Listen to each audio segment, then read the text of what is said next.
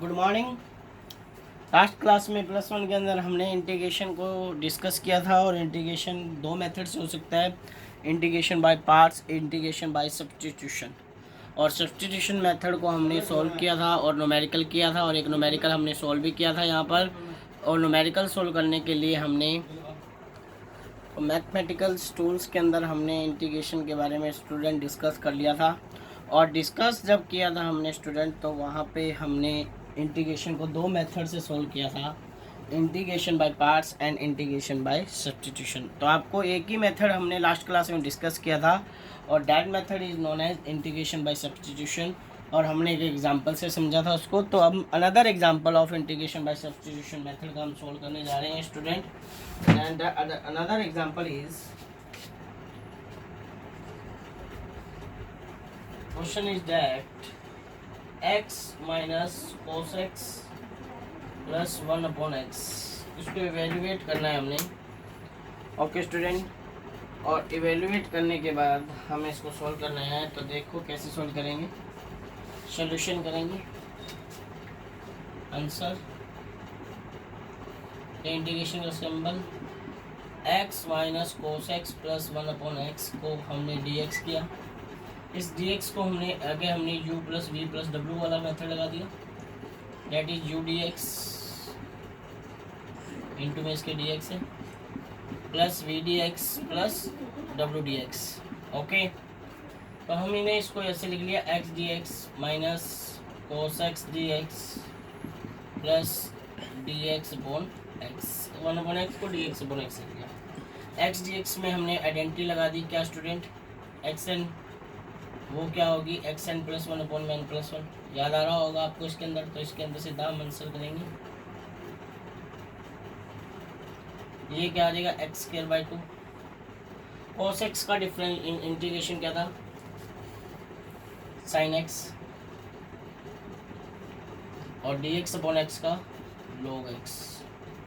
तो ये आपके पास आंसर आ जाएगा student, x²/2 minus sin x plus log का बेस भी दे सकते हो ex। ओके, तो ये आपके पास इंटीग्रेशन बाय सब्स्टिट्यूशन मेथड का रिजल्ट है।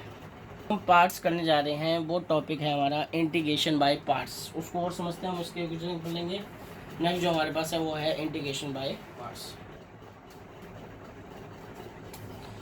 नेक्स्ट जो है स्टूडेंट इंटीग्रेशन बाय पार्ट्स, ये एक फॉर्मूला है। जैसे डिफरेंशिएशन में हमने स्टूडेंट सिमिलरली हमने डिफरेंशिएशन में प्रोडक्ट रूल को पढ़ा था, इंटीग्रेशन में भी लाइक दिस इस तरह से है, और उसको नाम दिया हमने इंटीग्रेशन बाय पार्ट्स।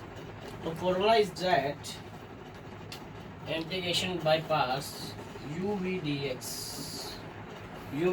और u v का मतलब युवराज सिंह की बात नहीं चल रही स्टूडेंट यहाँ पर, कहीं युवराज सिंह समझ लो आप। हाँ, तो देखिए u v आप इसको फर्स्ट मान सकते हो स्टूडेंट, और v को मान सकते हो सेकेंड। इसका रूल याद करने का तरीका है, u को छोड़ा सेकंड का इंटीग्रेशन माइनस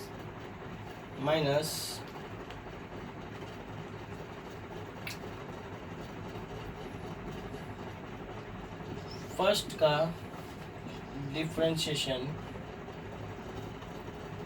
मल्टीप्लाई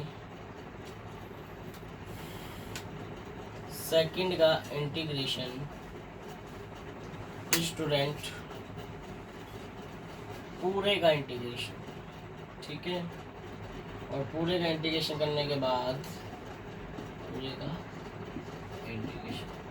ये मैंने अलग अलग तरीके से लिख दिया ताकि आपको पहचान में रहे कि कब क्या कर जो स्टेप करने हैं। पहले फर्स्ट को छोड़ दोगे, सेकंड का इंटीग्रेशन कर दोगे स्टूडेंट, फिर फर्स्ट का डिफरेंशिएशन, ब्लू अक्षर से डिफरेंशिएशन को रिप्रेजेंट कर दिया, फिर सेकंड का इंटीग्रेशन, फिर इस पूरे का इंटीग्रेशन, फिर इस पूरे का इंटीग्रेशन। तो आपको इन शॉर्ट में ऐसे लिखना है, देखो मैं लिखता हूँ, फर्स्ट को छोड़ा सेकंड का इंटीग्रेशन माइनस फर्स्ट का डिफरेंशिएशन इनटू सेकंड का इंटीग्रेशन, फिर पूरे का इंटीग्रेशन। इस रूल को आप ऐसे भी याद कर सकते हो, और लैंग्वेज में लिखना है इस फॉर्मूले को, तो आप ऐसे लिख सकते हो, लैंग्वेज में लिखना है फर्स्ट फंक्शन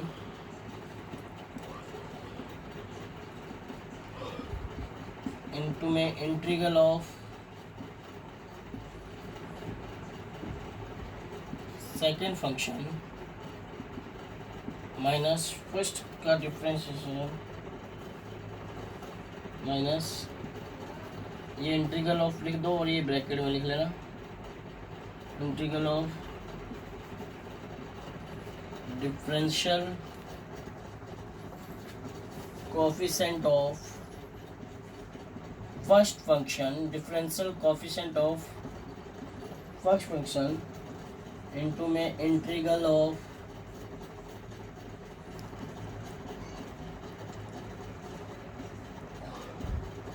सेकेंड फंक्शन, और ये ब्रैकेट में है, ये इंटीग्रल ये आ गया। तो इसको लैंग्वेज में लिखना हो तो स्टूडेंट इस तरह से, तो ये रूल याद रखना है, इसको रूल को ट्राई रखोगे, याद रखोगे। फिजिक्स के अंदर कहीं बहुत बार इसका यूज हो जाता है स्टूडेंट, तो आपको ये फॉर्मूला याद होना चाहिए। तो इस पे एग्जाम्पल करके देखते हैं और हम अच्छे तरह से समझते हैं स्टूडेंट इसको। तो स्टूडेंट जो हमारे पास नेक्स्ट एग्जाम्पल है वो है हमारे पास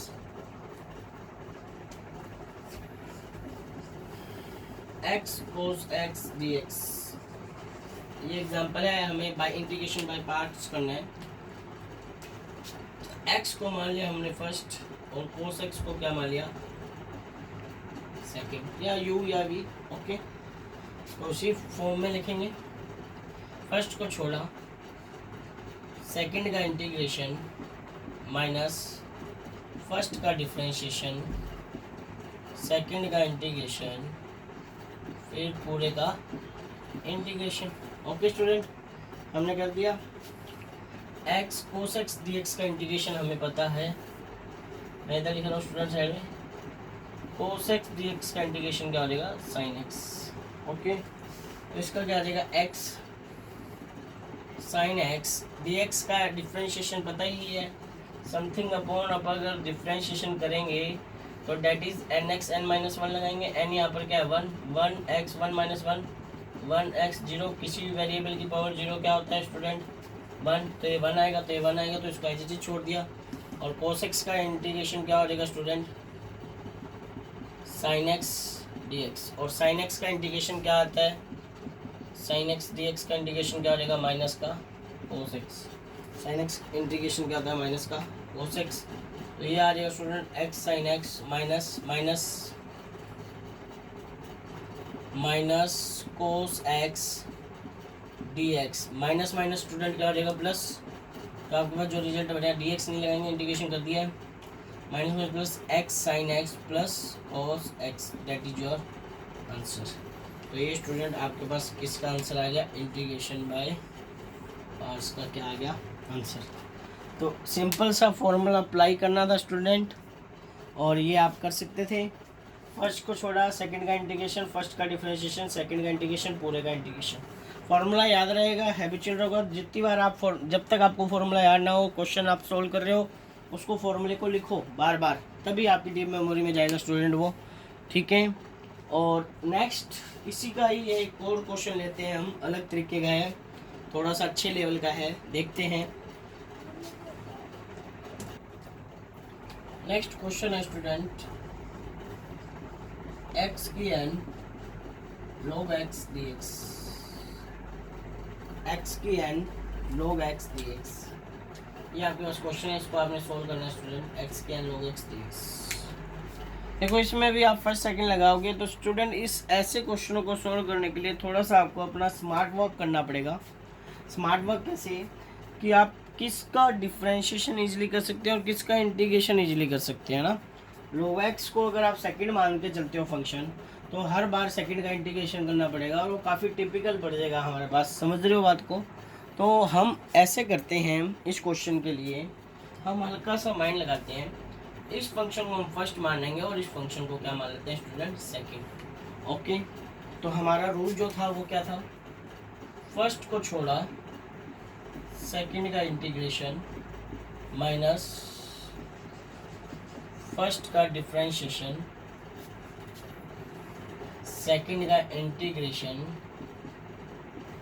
फिर पूरे का इंटीग्रेशन। समझ में आया होगा स्टूडेंट। तो इसको हमने लिखा log x, और इतिहास गवाह हमने फॉर्मूला पढ़ा है। क्या है formula? X n d x का student x n plus one upon में n plus one. Okay student, तो log x इसका इंटीग्रेशन कर दिया हमने, क्या आ गया? X n plus one upon में n plus one. Okay, minus d upon d x log x। याद करो डिफ्रेंशिएशन। अरे सर भूल गए हम तो, याद करके लगा ना बच्चे। क्या आएगा? One upon x, d upon d x log x का डिफ्रेंशिएशन क्या आएगा? One upon x. X n plus one का इंटीग्रेशन क्या आ गया? X n plus one upon में n plus one d x, और पूरे का क्या कर दिया हमने? इंटीग्रेशन। ठीक है स्टूडेंट, अब देखिए log x x n plus one upon में एन प्लस वन। ठीक है स्टूडेंट, हम इसको ऐसे भी लिख सकते हैं, माइनस का one plus n one upon x x n plus one. ठीक है, एक्स, इसको ऐसे लिख लो, x n plus one upon में एक्स डी एक्स, पूरे का इंटीग्रेशन चल रहा था स्टूडेंट हमारे पास। ठीक है, इसको वन और एन प्लस वन को हम बाहर ले आए, इसको वन अपॉन एक्स था, इसको एन प्लस वन को हम बाहर ले आते हैं, और इसका पूरे का क्या कहते हैं, क्योंकि इंटीग्रेशन कॉन्स्टेंट है, इसको बाहर लिए। इसको स्टूडेंट हम ऐसे लिख सकते हैं, थोड़ा सा ये देखना, log x x n plus one upon में n plus one minus n plus one. इसको हम ऐसे भी लिख सकते हैं, x n x one upon में एक्स डी एक्स इंटीग्रेशन। ठीक है, एक्स की पावर वन से एक्स की पावर वन क्या हो गया स्टूडेंट? कैंसिल हो गया। तो ये क्या होगा? log x x n plus one upon में एन प्लस वन माइनस में एन प्लस वन। बचा क्या स्टूडेंट? इंटीग्रेशन हमारे पास एक्स एन डी एक्स, यही बचेगा। देखो बहुत ही सिंपल है, ये one upon n plus one constant था, इसको इंटीग्रेशन से बाहर ले आए और इसको यहाँ ले आए। ये बेस सेम और पावर ऐड हो जाती है, ये पता ही है, तो इसको हम ऐसे भी लिख सकते हैं, x n x one, base same और पावर ऐड हो जाती है। एक्स वन से एक्स वन स्टूडेंट क्या हो गया? कैंसिल। तो बचा क्या? One upon n plus one, one upon n plus one x n d x. I hope आपको समझ में आया होगा, स्टेप में कोई दिक्कत नहीं होगी। ठीक है, हो गया स्टूडेंट। अब हमने इसको लिख लिया, log x x n plus one, log e base x लिखे, x n plus one upon में एन प्लस वन माइनस में वन अपॉन में एन प्लस वन। इसको किया तो आपने वापस कर दिया, x n plus one upon में एन प्लस वन। इसको आप और बढ़िया तरीके से लिखना चाहो तो ऐसे लिख सकते हो student, log e x n plus one upon में n plus one. N plus one क्या हो गया? एन प्लस वन का स्क्वायर। यहाँ तक भी स्टूडेंट आंसर इसका सही है, कोई गलत नहीं करेगा। This answer is correct. Okay, और आप कहते नहीं सर हम इसको तो आगे करना चाहते हैं, तो आगे आप क्या कर सकते हो? X n plus one x n plus one upon में एन प्लस वन को कॉमन ले लिया, तो ये बच गया log ई एक्स माइनस ये क्या बचेगा स्टूडेंट? वन अपॉन में एन प्लस वन। ये आपके पास क्या आ जाएगा आंसर? ये क्या हो जाएगा आपके पास? एक अलग से आंसर हो जाएगा student, log e x. Base ऐसे कर लेना, ई बनाना हो तो दैट इज log एक्स, और ये आपके पास एक अलग से क्या आ जाएगा आंसर। अच्छा क्वेश्चन था, थोड़ा सा माइंड लगाना है स्टूडेंट, समझना है मेथड को और कैसे सोल्व करना है, ये चीज़ आपके पास आ जाएगी। धीरे धीरे आप प्रैक्टिस करोगे, यूज टू होगे, तो चीज़ें अपने आप आने लग जाएगी। नेक्स्ट जो हम इंटीग्रेशन के अंदर आप बात करने जा रहे हैं, डेफिनेट इंटीग्रेशन की। किसकी बात करने जा रहे हैं स्टूडेंट? डेफिनेट इंटीग्रेशन की। तो डेफिनेट इंटीग्रेशन क्या होगा? मान लो आपको मैंने आपके लिए शॉपिंग के लिए आपको 500 रुपीज़ दिए, और मैंने आपको कहा आप जो शॉपिंग कर सकते हो 1 to 450 कर सकते हो। आपके पास रुपीज़ 500 है या 500 तक कर सकते हो, सपोज मान लो, मतलब ये 1 रुपीज़ है 500 है, इसके रेंज में आप शॉपिंग कर सकते हो। यानी कि आपकी शॉपिंग करने की जो लिमिट्स है वो कहाँ से कहाँ तक है? 1 to 500 के बीच में, 1 to 500 में, इतनी रेंज के अंदर आप कुछ भी कर सकते हो, कुछ भी खरीद सकते हो, वो आपका है। तो जो इंटीग्रेशन एक डेफिनेट लिमिट के अंदर होगा, लिमिट के अंदर होगा, उस इंटीग्रेशन को हमने क्या नाम दे दिया, डेफिनेट इंटीग्रल। जैसे मेरी लिमिट है कि मैं यहाँ से यहाँ तक आवाज़ बोल सकता हूँ, तो ये मेरी लिमिट है, इस रेंज तक बोल सकते हैं। तो ये एक एग्जांपल के तौर पर लिमिट्स, मतलब मान लिया एक फंक्शन है यहाँ से यहाँ तक वेरी कर सकता है, तो ये इसकी लिमिट्स है, इसके आगे वेरी नहीं कर सकता, समझ रहे हो। तो जो फंक्शन एक लिमिट के अंदर वेरी करेगा, जो इंटीग्रेशन, जो पार्ट्स इंटीग्रेशन में एक लिमिट के अंदर वेरी करेगा, उसको हमने क्या बोल दिया, डेफिनेट इंटीग्रेशन। और इसको हम डेफिनेशन से समझेंगे स्टूडेंट, और वो डेफिनेशन क्या होगी देखिए।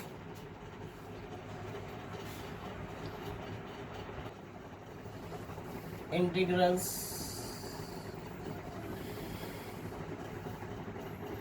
की बात चल रही है, तो हम इसकी डेफिनेशन देंगे। when a function is integrate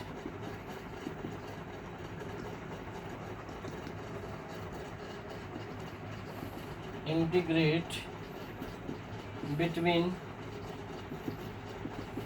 definite limit, the integral is called definite integral. The integral is called definite integrals. Integral बोलेंगे, ठीक है। फॉर एग्जाम्पल, जैसे एग्जाम्पल के तौर पे लिया मैंने, एक फंक्शन है आपके पास एफ एक्स डी एक्स, उसको इंटीग्रेट कर दिया, हमने, और इसकी जो लिमिट है वो क्या है, ए टू बी। लिमिट क्या है उसकी, a to b. F x का हमने इंटीग्रेशन किया, सपोज का रिजल्ट लिया f x a to b. अब लिमिट को पुट करने के लिए बच्चे एक फॉर्मूला होता है, और वो फॉर्मूला आपको याद रखना है। That formula is upper limit. ये आपको बहुत यूज होगा आगे, इसके बिना आपकी फिजिक्स अधूरी है। Upper limit minus lower limit, upper limit minus lower. इस x की जगह पहले आप अपर लिमिट क्या है, b, तो b पुट करेंगे, दैट इज f। x की जगह क्या पुट कर दिया, b, माइनस लोअर लिमिट क्या a, तो ये फंक्शन बन जाएगा एफ बी माइनस a। इसको आप f को क्या अंदर मल्टीप्लाई कर दो, तो इसको आप ऐसे भी लिख सकते हो, that is f b minus f a. F b means not Facebook ना, कहीं सोचो फेसबुक है, ठीक है। तो ये इंटीग्रेशन होता है जो लिमिट के अंदर होता है, और लिमिट रखने का फॉर्मूला क्या है, upper limit minus lower limit.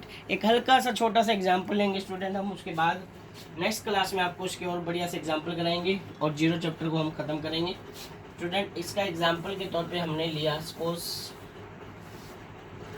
बिल्कुल बेसिक सा एग्जाम्पल स्टूडेंट हमारे पास है, that is x cube d x. Limit ले ली 1 to 4, ओके। या लिमिट को आप दिखा दो अलग मार्कर से, दिखा देते हैं 1 to 4, ओके।